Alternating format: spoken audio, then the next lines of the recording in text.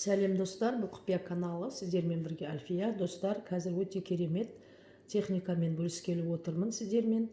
Бұл айға күнге байланысты емес, бұл техниканы кімдерге жасауға болады. Бұл техниканы қатты проблемадан арыла алмай жүрген адамдарға, басында қатты қиыншылығы бар, өмірден түңіліп кеткен адамдарға, немесе басында енді проблемасы бар, құтыла алмай жүрген проблемадан адамдарға жасауға болады. Кредит төлей алмай жүрсеңіз, семейный жағдай болса, немесе қалай айтсам болады, жеке өміріңіздегі проблемадан немесе аурудан арыла алмай жүрсеңіз, осыны жасауға болады. Ол үшін бізге любой водоем керек. Водоем дегенде ағып тұрған су, немесе өзен, теңіз, немесе теңіз бола ма, океан бола ма,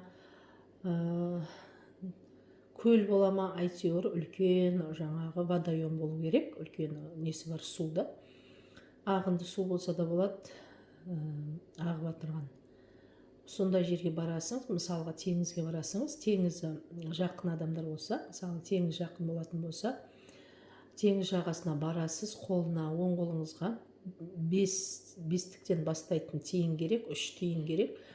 5 теңге, 50 теңге, немесе 5 теңгелік 50 теңгеден үшеуін аласыз да қолыңызға, оң қолыңызға аласыз. Сосын комментарийға дұғаны бекітіп қоямын. Сол дұғада дұғаны 29 рет оқисыз. Атыңыз деген жерге атыңызды айтасыз. Мысалы, эндаме таскут ладает катхих алюмлат нафсет алмедият фи алме. Атыңыз фаина зораит мишакили майн алхаят сатат хаб илла алме ай амин дейсіз да. Сосын жаңағы Құдайым, мен сондай аурудан арылғаймын деп проблемаңызды айтасыңыз. Екінші рет оқисыз, тағы проблемаңызды айтасыңыз өз сөзіңізбен. Қай проблемадан құтылғыңыз келсе, сол проблеманы айтасыңыз. Үшінші рет айтасыз, одан кейін де проблемаңызды айтасыз. Төртінші рет дұғаны оқисыңыз, одан кейін тағы проблемаңызды айтасыңыз өз сөзіңізбен. Бесінші рет оқисыз дұғаны, тағы проблеманы айтасыз. Сөйтіп 29 рет дұғаны оқисыз, тағы 29 рет өз проблемаңызды әр дұғадан кейін айтып шығасыз да. Қатты айқайламай, жайлап, сыбырлап айтсаңыз да болады, өзіңізге понятный болса болды. Сөйтіп айтып болғаннан кейін қолыңыздағы тиынды оң қолыңызға осылай ұстап тұрасыз да, суға ары қарай қатты лақтырып жібересіз. Сосын су энергиясымен жұмыс жасап отырғасын сіздер.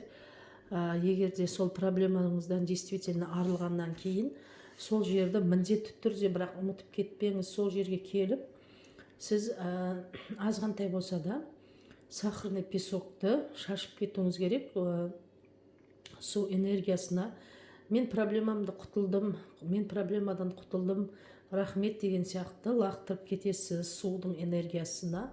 Су энергиясы барлығын не қылады ғой, енді сезеді, барлығын нетіп тұрады. Сол сияқты су энергиясына сахарный песок шашып кетуіңіз керек сіздің. Сол біріншіден тиынды шашқан жерді сіз ұмытпай, қайттан проблемаңыздан арылғаннан кейін бұл міндетті түрде жасалу керек, міндетті түрде песок шашып кету керек. Немесе бұл